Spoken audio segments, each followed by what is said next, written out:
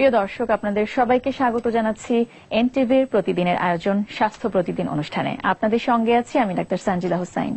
দর্শক, আজ আমাদের আলোচনার বিষয় চোখের ছানি রোগ। এই বিষয়ে আলোচনার জন্য আমাদের স্টুডিওতে আজ উপস্থিত আছেন ন্যাশনাল ইনস্টিটিউট অব অপথলমোলজির পেডিয়াট্রিক অপথলমোলজি বিভাগের বিভাগীয় প্রধান অধ্যাপক ডাক্তার AHM এনায়েত হোসেন। চলুন কথা বলে আমরা এই বিষয়ে কিছু গুরুত্বপূর্ণ তথ্য স্যারের কাছ থেকে জেনে নিই। আপনাকে স্বাগত জানাচ্ছি আমাদের অনুষ্ঠানে। এই যে চোখের ছানি রোগ অত্যন্ত সাধারণ একটি সমস্যা বা প্রচলিত, অনেকেরই কিন্তু আমরা দেখে থাকি, বিশেষ করে বয়স্কদের ক্ষেত্রে। তো আপনি কি একটু বলবেন যে এই ছানি রোগটা বয়স্কদের পাশাপাশি শিশুদের ক্ষেত্রেও ঘটে কিনা? ছানি রোগ বয়স্কদের যেমন হয় শিশুদেরও তেমন হয়। আচ্ছা, তাহলে মানে এটা একটা বড় জানার বিষয়। আসলে আমরা কিন্তু সবাই জানি না যে শিশুরাও আক্রান্ত হয় ছানিতে। যে কোনো বয়সে, নবজাতক থেকে নিয়ে বয়স্ক যে কোনো বয়সে ছানি রোগে আক্রান্ত হতে পারে। যেহেতু বয়স্কদের মধ্যে প্রচলিত বেশি এবং সাধারণভাবে এটি হয়ে থাকে, ছানি রোগে আক্রান্ত হয়েছে সেটি বোঝার কি উপায় রয়েছে? কি দেখে বোঝা যাবে ছানি রোগে আক্রান্ত হয়েছে? তখন তার দৃষ্টিশক্তির স্বল্পতায় সে ভুগতে থাকবে, তার যে স্বাভাবিক কাজকর্ম সেটা সে করতে পারবে না, সেটাই হবে তার প্রধান লক্ষণ। আচ্ছা, আর শিশুদের ক্ষেত্রে? শিশুদের ক্ষেত্রে আসলে শিশুরা বলতে পারে না যে তার কি হয়েছে না হয়েছে, সেটা এক্ষেত্রে তো আমরা অনেকটাই মানে প্রতিবন্ধকতার শিকার বলতে গেলে, যে শিশুদের কাছ থেকে আমরা কিন্তু সঠিক ইনফরমেশনটা জানতে পারি না। তো সেক্ষেত্রে মানে বাবা মায়েরা কিভাবে বুঝবে? সেটাই, বাবা মা পরিবার পরিজন দেখবে যে শিশুর মনই সাদা হয়ে গেছে। আচ্ছা, যখন দেখবে যে মনিটা সাদা হয়ে গিয়েছে তখনই তারা চক্ষু বিশেষজ্ঞের কাছে নিয়ে আসতে হবে।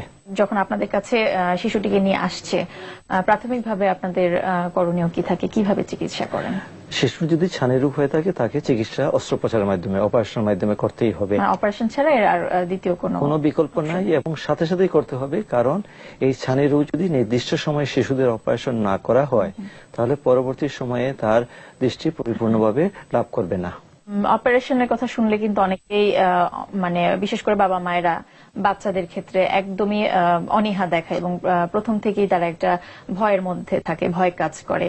সেক্ষেত্রে আপনার কি পরামর্শ হবে এবং এই ছানি রোগের ক্ষেত্রে অপারেশনটা কতখানি গুরুত্বপূর্ণ সেটি যদি একটু আমাদেরকে বলেন। শিশুদের ছানি রোগের একমাত্র চিকিৎসা হচ্ছে অপারেশন। এখানে দুটো বই কাজ করে। একটা হচ্ছে যে এই ছানি রোগে অপারেশন করলে রোগী জ্ঞান ফিরবে, বা শিশু কি অপারেশন পরবর্তী সময়ে যে সমস্ত নিয়ম কানুন সেগুলো মেনে চলতে পারবে কিনা না, এই একটা বই আছে গার্জিয়ানদের কাছ থেকে, অভিভাবকের কাছ থেকে। আর একটা বই কাজ করে আর্থিক দিক দিয়ে এটা তারা কি বহন করতে পারবে কি পারবে না। তো আমি বলবো যে ছানি রোগের চিকিৎসা সম্পূর্ণ নিরাপদ, এবং শিশুরা অপারেশন পরবর্তী সময়ে কোনো জটিলতায় যাবে না যদি সে সঠিক জায়গায় যদি অপারেশন করে। কাজে শিশু এটা সহজেই মেনটেন করা যাবে।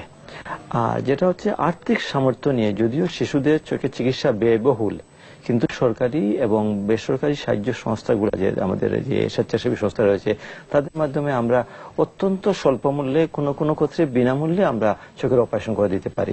আমাদের বিশেষায়িত সেন্টার রয়েছে বাংলাদেশে প্রায় 12টির মতো। শিশুদের চোখের ছানির অপারেশনটা আপনারা কিভাবে করেন এবং কতক্ষণ ধরে করতে হয় বা আপনারা করছেন, কতটুকু সফল হচ্ছেন? আমরা মোটামুটি সম্পূর্ণভাবে সফল। যে আমাদের প্রথম প্রতিবন্ধকতা হচ্ছে শিশুরা নির্দিষ্ট সময় আমাদের কাছে নিয়ে আসতেছে না। যদিও বর্তমানে সেই পরিবর্তন সূচিত হয়েছে, যেখানে জন্মের পরপরই মায়েরা আমাদের কাছে নিয়ে আসে। তো দেরিতে আসার জন্য হয়তো সে পরবর্তী সময় দৃষ্টিশক্তি স্বাভাবিক নাও পেতে পারে, কিন্তু অপারেশনের দিক দিয়ে আমরা সম্পূর্ণভাবে সফল। এবং আমি আপনাকে বলতে পারি যে আমাদের বাংলাদেশে যতটা ছানি রোগী অপারেশন হচ্ছে, যেটা আমরা উন্নত বিশ্ব তা হচ্ছে না। তো এটা আমাদের যে সমস্ত আমরা শিশু চক্ষু বিশেষজ্ঞ রয়েছে যারা আমরা অপারেশন করে থাকি বাংলাদেশে প্রায় 25 জনের মতো, তারা মোটামুটি সবাই দক্ষ রয়েছেন। খরচের ব্যাপারটাও যদি একটু জানতে চাই, যে সাধারণত কি রকম খরচ পড়তে পারে? সাধারণত এই খরচটা হচ্ছে কি, তার একটা লেন্স, চোখে ছানি সরানোর পরে একটা লেন্স দিতে হয়।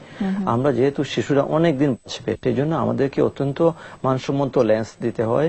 সেটার দাম হয়তো 10 থেকে 12,000 টাকার মতো যেতে পারে। তার সাথে অপারেশনের সময় যেহেতু সম্পূর্ণ অজ্ঞান করে অপারেশন করতে হয়, যেটা অবচেতন করে অপারেশন করতে হয়, সেটা একটা খরচ রয়েছে। তো সর্বমোট অপারেশন কস্ট আসতে পারে 15,000 টাকার মতো ধরে নিতে পারি আমরা ন্যূনতম ভাবে।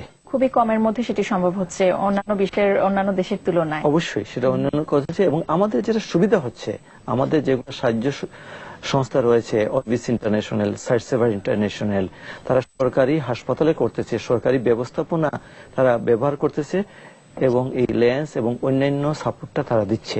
কাজে সরকারি বেসরকারি পর্যায়ে আমরা মিলে যে কাজ করতেছি যাতে আর অর্থনৈতিক দিকটা কোনো বাধা না আমি মনে করি। প্রচারটা আসলে আপনারা কি পুরোপুরি করতে পারছেন?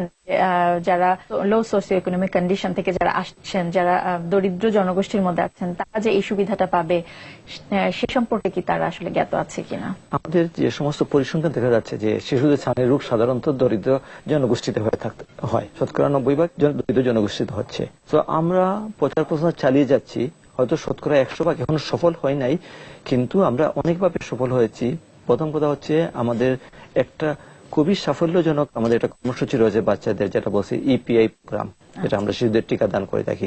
তো আমরা এখন সরকারি পর্যায়ে শুরু করেছি টিকাদান যে সমস্ত মাঠ কর্মীরা করেন তাদেরকে আমরা প্রশিক্ষণ দিচ্ছি যে আপনার টিকা দেওয়ার সময় এক চোখের দিকে তাকাবেন, যদি এটা সাদা দেখা যায় তাহলে আপনার জাতীয় চক্ষু বিজ্ঞান ইনস্টিটিউটে পাঠিয়ে দিবেন। আমরা এটা যদিও এখনো সম্পূর্ণ দেশব্যাপী করতে পারি না, কিন্তু ঢাকার আশেপাশে 2-1টা উপজেলায় আমরা এটা শুরু করছি।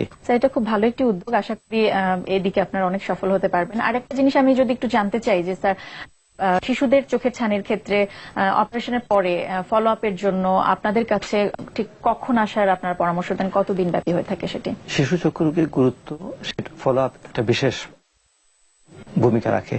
কারণ শুধু অপারেশন করলে হবে না, তাকে অন্তত পক্ষে 15 বছর পর্যন্ত 6 মাস অন্তর অন্তর তাকে ডাক্তারের তত্ত্বাবধানে ফলো আপ পর্যন্ত অনেকটা দীর্ঘ সময় থাকতে হবে। কারণ তাকে চশমা পরিবর্তন হয়, সেই চশমার পাওয়ারটা নিতে হবে, বা কোনো জটিলতা দেখা দিলে সেটার চিকিৎসা করতে হবে, তাড়াতাড়ি যাতে সেটার চিকিৎসা করতে পারে। স্যার, আপনাকে অনেক ধন্যবাদ, অনেক গুরুত্বপূর্ণ তথ্য আমাদের দিয়েছেন শিশুর ছানি সম্পর্কে, অনেক কিছু জানতে পারলাম আমরা। আপনাকে ধন্যবাদ। প্রিয় দর্শক, শুনছিলাম চোখের ছানি সম্পর্কে বেশ কিছু গুরুত্বপূর্ণ তথ্য। স্যার যে পরামর্শগুলো দিলেন, বিশেষ করে শিশুদের চোখের ছানি ব্যাপারে যে তথ্যগুলো আমাদের দিলেন, স্যার আশা করি আপনাদের কাছে আসবে সেগুলো। প্রিয় দর্শক, এখন যাচ্ছি একটি